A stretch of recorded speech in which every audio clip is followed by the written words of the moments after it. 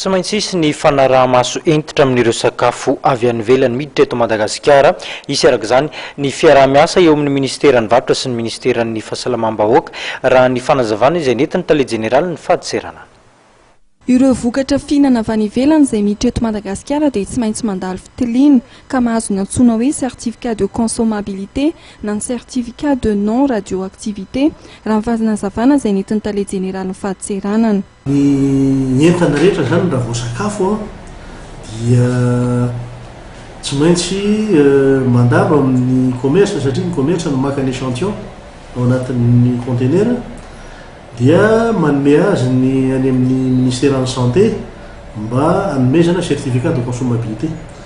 Noho zany miara-miasa akaiky amin'ny ireo départemental ireo zany ny faditseranana amin'ny hoe resaka hoe mety produit périmé na tsy azo hoanina.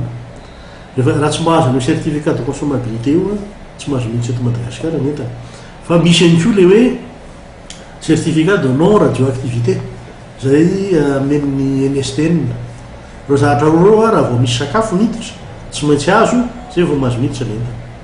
Raha ny resaka faditseranana indray no resahana dia fantatra fa nahatratra 3,7 miliara ariary ny volan'iditra hatramin'ny faran'ny volana novambra lasa teo raha toa ka nitombanana ho 2,7 miliara ariary izany.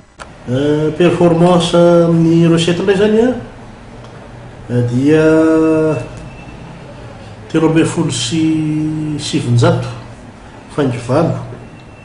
lafitrisy ariary 913,8 milliards d'ariary ny réalisation anay fin novembre.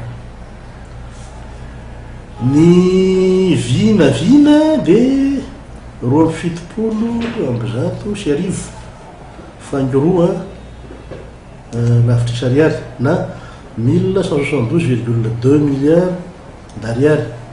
Raha jerevana zany dia misy elanelany 20,904 lafitrisy ariary 258,4 milliards ka ny 10,907 210,7 milliards dia les suspension na recette pétrolière. Zany raha tena jerevana zany dia ny elanelan'ny tena tokony ho izy dia 7,4 lafitrisy ariary 47,4 milliards. Ho an'ny taona 2014 dia tombanana any amin'ny 10,7 miliara ariary ihany ny vola tsy ho tafiditra eo anivon'ny faditseranana noho ny fanombohan'ny fihenan'ny abatsikelikely ho fampiarana ny APE na ny accord de partenariat économique.